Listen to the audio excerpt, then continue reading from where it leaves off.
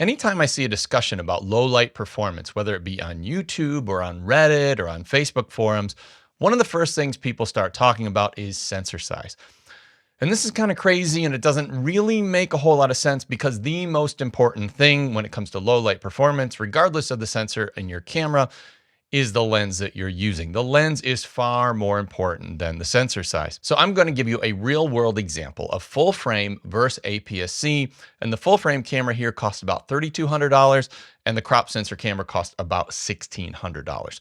And what you're going to see throughout this video is the low light performance and the noise and the grain in the photos that I'm showing you are almost indistinguishable from each other, even though we're comparing two totally different size sensors. And that's because the lens is the most important factor. In addition to that, we have a new class of lenses, and we're seeing more and more of these release for APS-C sensor cameras, which have a maximum aperture of f/0.95.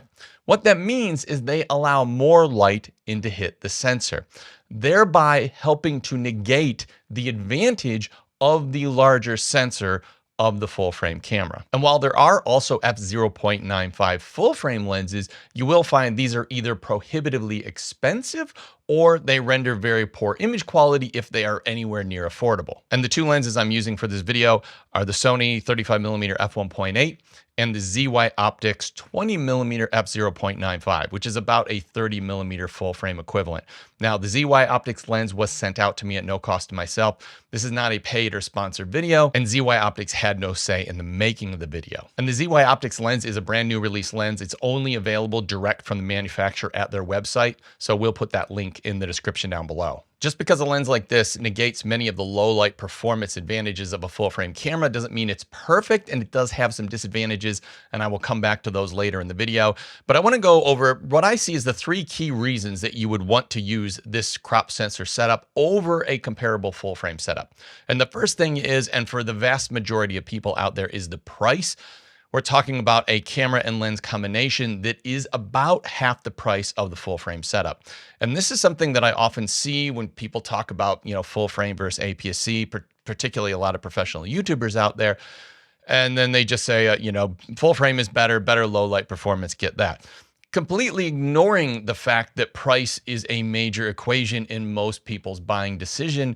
And if you can just upgrade your lens rather than upgrade your camera and all your lenses and get a very similar low light performance, that is a massive advantage. And to just write it off and say, get a full frame sensor for better low light, I think really dismisses what people that are doing research on this topic are actually looking for. The second thing is, while if you look at this lens compared to its comparable full frame lens, the lens itself is slightly bigger, and this often happens if you're trying to get to an f/0.95 lens or even like an f1.2 autofocus lens on an APS-C sensor camera, the lenses start to get much bigger. So while this comparable or equivalent lens is bigger on the APS-C camera, the camera body still remains smaller and all your other lenses remain smaller as well.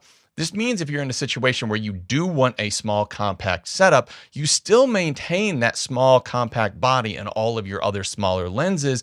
You would just probably have a couple of these larger lenses just specialized for low light situations. So you don't have to have this much bigger setup with all larger full frame lenses. In general, your kit will be smaller, but more specifically, when you are using one of these low light lenses, there is a chance that that lens will be a little bit bigger than the full frame equivalent. The other advantage, if you're shooting APS-C already, it's going to allow you to keep and use the camera that you already know and love and keep the set of lenses. So we aren't just talking about a camera and lens combination that is twice as much.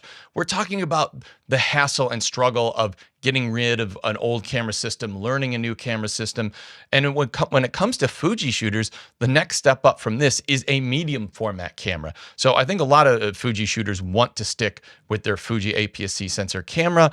And once again, now we're going to be able to get you into an f/0.95 lens. It's going to get you low light performance in your Fuji camera, which, as you're going to see in this video, looks very, very similar to a Sony full frame performance. And in many ways, this comparison isn't even fair because the sensor that is in the XS20, which is the camera I'm using as the APS-C sensor camera, is actually quite an old sensor. It's been around since the Fujifilm X-T3, which was released many years ago. And in the Sony camera, I'm using not only a full frame camera, the full frame sensor, this is the 33 megapixel sensor that is in the Sony a7 IV. So it is a much newer model and newer technology sensor. And even taking all that into account, what you're going to see, there is no real low light advantage to the full frame camera. And while the low light performance between these two cameras is almost indistinguishable from each other, there are still some disadvantages to the APS-C sensor camera setup. And the first one is pretty much all the f/0.95 lenses that I know of out there are manual focus only. So on the Sony, you've got an f1.8 full frame sensor with autofocus. On the crop sensor cameras, all the f/0.95 lenses that I know of are going to be manual focus. And I know this is going to be a deal breaker for some. There are some f1.2 autofocus lenses out there as well, which will get you very, very close to the performance of this full frame setup. And I will put some links and some information in the description down below about those lenses as well. The other thing is the weight and size. An f/0.95 lens on an APS-C sensor camera is going to be a significantly bigger lens than an f1.8 on a full frame camera. Now, as you can see, it is not a massive difference, and most of the lenses out there, there is a bigger difference. So ZY Optics did a pretty good job of keeping this an f/0.95 lens and reasonably small in size, but you kind of lose that advantage of your crop sensor camera with the smaller lenses. Once you go to f/0.95, now your lenses are actually going to be larger than their full frame equivalents. And the other thing is engineering an f/0.95 lens on any sensor camera is very, very challenging. And it's a lot easier to engineer an f/1.8 full frame lens than an f/0.95 APS-C or crop sensor lens.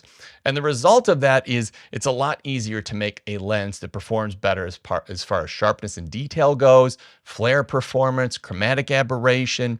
So when you compare these two lenses, what you will find is across a range of optical traits, the f/1.8 is going to outperform the f/0.95 on your crop sensor camera.